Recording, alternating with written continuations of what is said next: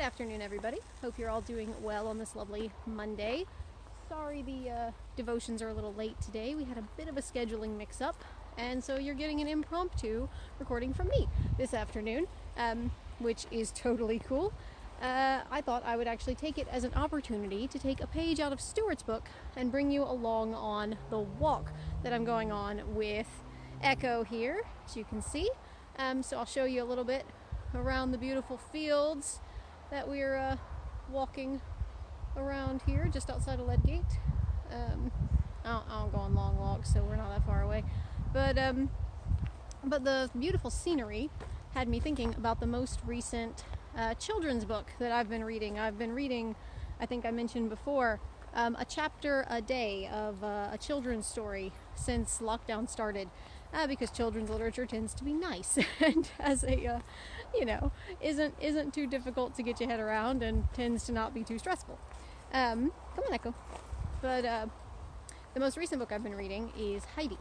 And if you haven't read Heidi, you might only think about the imagery that comes to mind with that book. It's about a little girl who lives on the Alps, and the images there come of her going up on the Alps with the goat herds and seeing the beautiful wildflowers and the pastoral imagery, much like what we might imagine some of this to be like if we were much higher up. Thankfully we're not. That would be cold. But anyway, the actual story about Heidi has more to do than just with the Alps themselves. It's a story ultimately about Heidi, who ends up going to a big city kind of as a small child and gets very, very homesick. And there's a theme that comes up throughout. Heidi prays while she's in this big city to go home. She just wants to go home, and she's just so sad that God doesn't seem to listen to her prayers, that God doesn't seem to hear her. But there's an old grandmama, an old figure of wisdom who appears throughout, who tells her that even if it doesn't seem like God is answering her prayers or hearing her prayers, that she needs to continue to pray, because God knows in God's timing what works better for us than we do. And it's something that we perhaps know. We've heard that plenty of times, that God works in God's timing. Now, of course, for Heidi, she comes to realize this very, very concretely as she finally does make it back to the Alp, and then over time realizes that had God answered her prayers right when she asked them to be answered, so many things that ended up being wonderful things for not only her but for her family, for her friends, so many of these things wouldn't have happened if her prayers had been answered right away. And so it ends up being a lovely story about how she learns that God's timing really can be the best timing, even if she wasn't aware of it at the time. And it got me thinking about, of course we need to hear that during all of this season of lockdown, about how we need to just be reminded again and again that so many of us have gone through really difficult things. So many of us have wondered what in the world is happening with this world, what in the world is going on.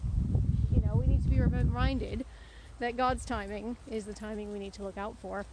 It's a theme that actually I was reminded of on Sunday, yesterday. I was watching a church service, and the passage, as Stuart mentioned, was about the tares in the wheat, the wheat and the weeds growing up in a field. And the service that I was watching, the minister who was speaking, spoke about how, we tend to think of that as talking about the people, and it probably often does mean the people, but what if we often think about how there are situations in our world which are full of wheat and weeds as well? How, this world is one in which we have all sorts of things, good, bad. Sometimes you can't tell which is which until hindsight shows the way.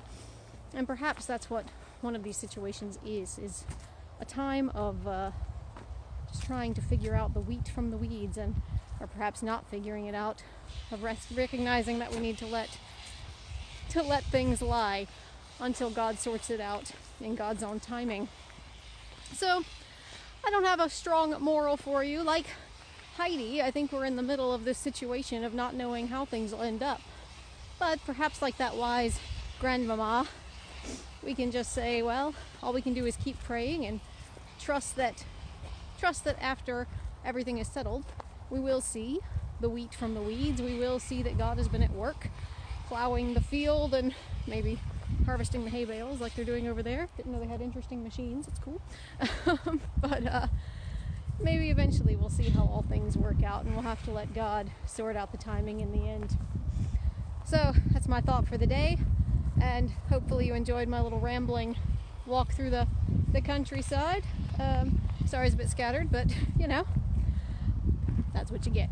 But there you go. So hopefully you all have a lovely day. We're going to go up into this strange field up ahead with the beautiful wildflowers. I'll let you look out over the valley, and I will talk to you later. Have a good one.